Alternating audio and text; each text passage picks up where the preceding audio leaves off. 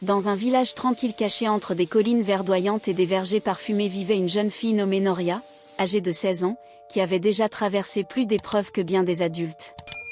Elle était née dans une famille simple mais heureuse, sa mère cultivait tomates, gombo et piments qu'elle vendait au marché, tandis que son père entretenait un verger rempli de manguiers, de papayers et d'orangers. Ils n'étaient ni riches ni puissants, mais leur amour les unissait profondément, et chaque soir ils s'installaient ensemble sous le grand manguier devant leur maison en terre pour partager des rires et des tranches de papaye sucrées. Tout changea lorsque Noria eut 8 ans, sa mère, d'abord atteinte d'une toux légère, s'affaiblit peu à peu jusqu'à s'éteindre un matin sans jamais rouvrir les yeux.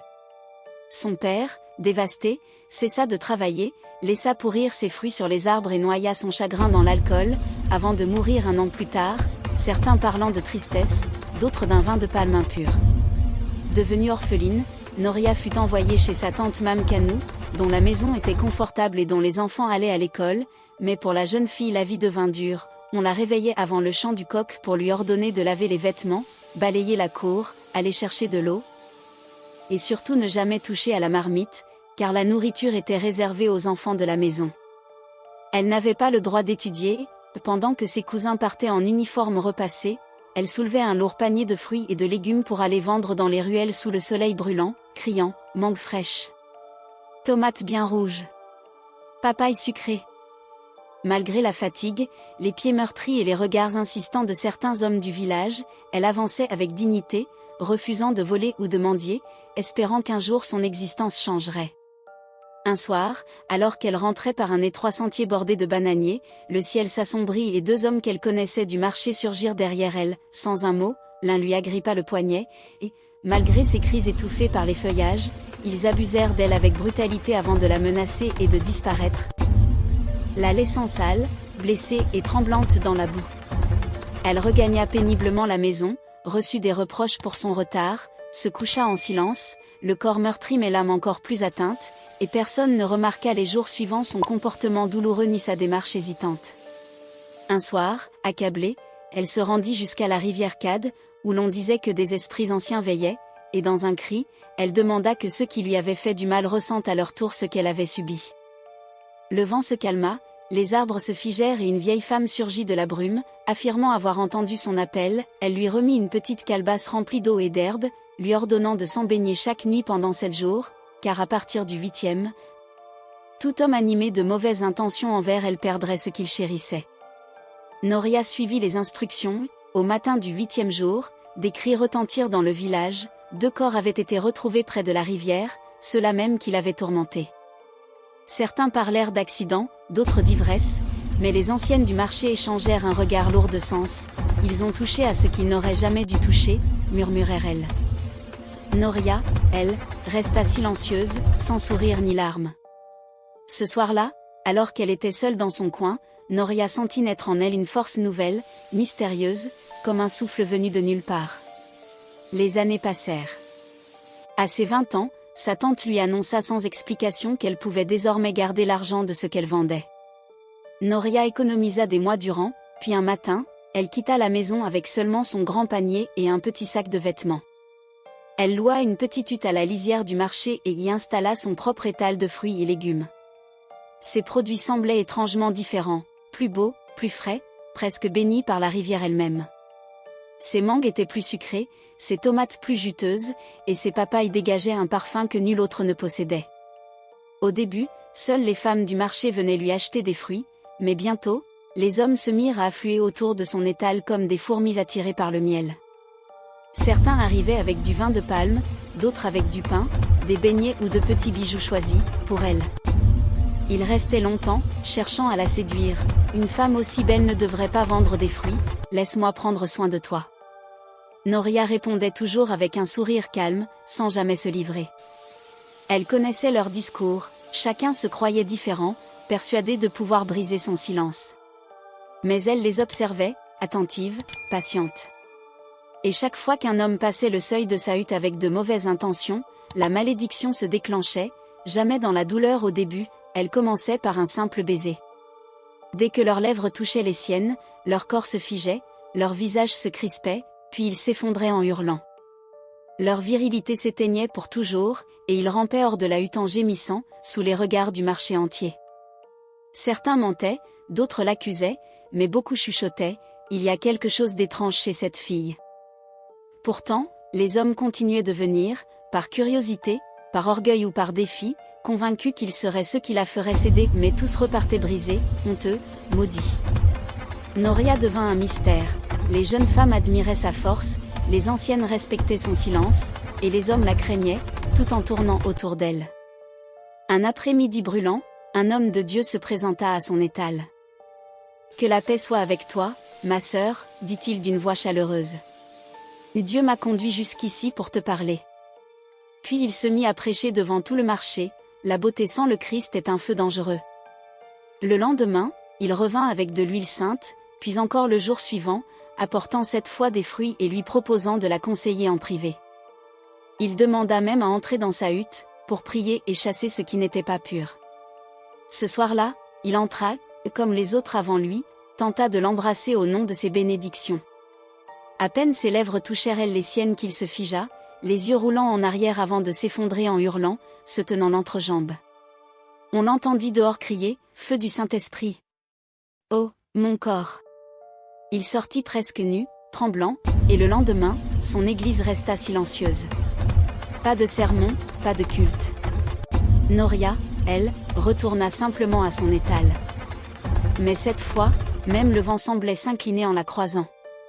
Les murmures du village ne parlaient plus seulement de sa beauté, on évoquait désormais les hommes qui ressortaient en pleurant de chez elle.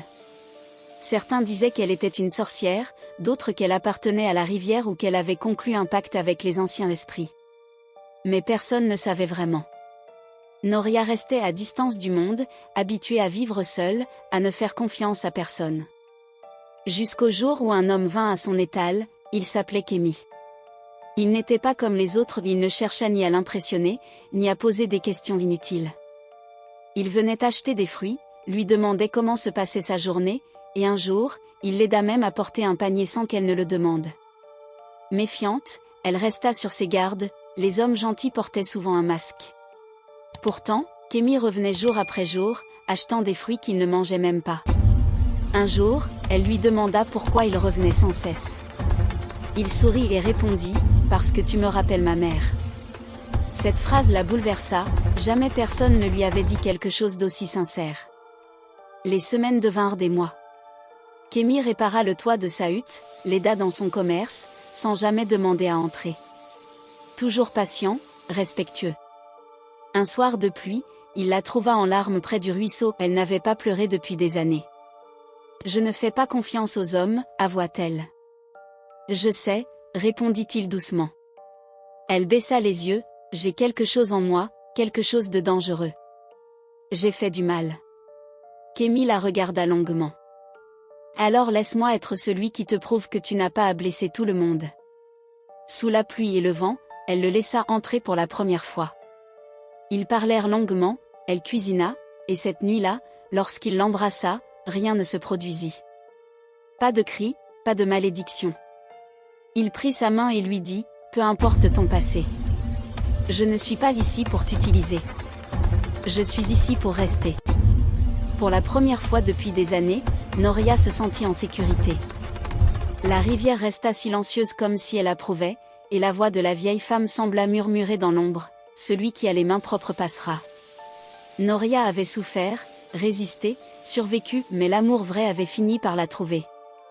Quelques jours plus tard, Noria et Kémy célébrèrent un mariage simple et joyeux au bord de la rivière Kad, entourés de chants, de rires d'enfants et du vent portant leur voix au-dessus des vergers. Et ainsi, ils vécurent heureux jusqu'à la fin de leurs jours. Les premiers mois de leur union furent paisibles. Noria, qui avait toujours vécu dans la méfiance, découvrait peu à peu la douceur d'un foyer où personne ne lui criait dessus, où chaque matin commençait par un sourire, et chaque soir se terminait par une conversation, sous la lumière tamisée d'une lampe à huile. Kémy s'était juré de ne jamais la brusquer, et il tenait parole. Un jour, alors qu'ils travaillaient ensemble sur leur petit champ derrière la hutte, Noria entendit un murmure semblable à celui de la rivière Kad. Le vent glissa entre les feuilles avec une insistance étrange, comme une voix qu'elle seule pouvait comprendre. Elle se retourna, les mains encore pleines de terre, et vit au loin la brume se lever au-dessus de la rivière. Son cœur se serra. La dernière fois qu'elle avait entendu cet appel, sa vie avait basculé. Cette nuit-là, alors que Kémy dormait profondément, Noria sentit un frisson la tirer de son repos. Elle sortit de la hutte et suivit, comme guidée, un sentier invisible. Les lucioles formaient un couloir de lumière, et le bruit de l'eau semblait l'appeler par son nom. Lorsqu'elle atteignit le bord de la rivière, la brume se rassembla, tournoya, puis prit la forme de la vieille femme qu'elle avait rencontrée des années plus tôt. « Tu as été protégée, Noria. La malédiction a servi, puis s'est tue. Mais rien ne s'éteint vraiment. » La jeune femme sentit un pincement au ventre. « Que dois-je encore affronter ?» La vieille posa son regard brillant sur elle. « La rivière t'a donné un pouvoir pour survivre. Mais ce pouvoir n'était que la première étincelle. Maintenant que tu as trouvé un cœur pur qui t'accompagne, le fleuve a un rôle plus grand pour toi. » Noria fronça les sourcils, confuse. La vieille reprit. « Le village va changer. Les collines vont changer. Et toi, tu seras celle que la rivière a choisie pour maintenir l'équilibre. » Avant que Noria ne puisse poser une question, la brume s'évapora. Le silence retomba, lourd de sens. Les jours suivants, d'étranges événements se produisirent au village. Les manguiers de son père, que l'on croyait morts depuis des années, se mirent à refleurir. Un enfant malade recouvra la santé après avoir bu de l'eau que Noria avait puisée. Et certains anciens du marché se mirent à dire qu'une force bienveillante tournait autour d'elle. Mais ce n'était pas tout. Un soir, un étranger arriva au village. Drapé d'un long pagne sombre, il marchait avec un bâton sculpté d'anciens symboles. Personne ne savait d'où il venait, mais tous sentaient que son arrivée n'était pas anodine. Lorsqu'il aperçut Noria au marché, il s'inclina profondément, comme s'il l'avait toujours connue. « Fille de l'eau, dit-il d'une voix grave, je t'ai cherchée pendant longtemps. L'équilibre du fleuve est en danger, et toi seul peux comprendre ce qui s'en vient. » Noria sentit son cœur battre plus vite. Kémy la rejoignit, prêt à la protéger, mais l'étranger leva une main paisible. « Je ne suis pas ton ennemi. Je suis le gardien des sources. Et la rivière Cad n'a pas fini de t'appeler. » Les regards des villageois se tournèrent vers elle.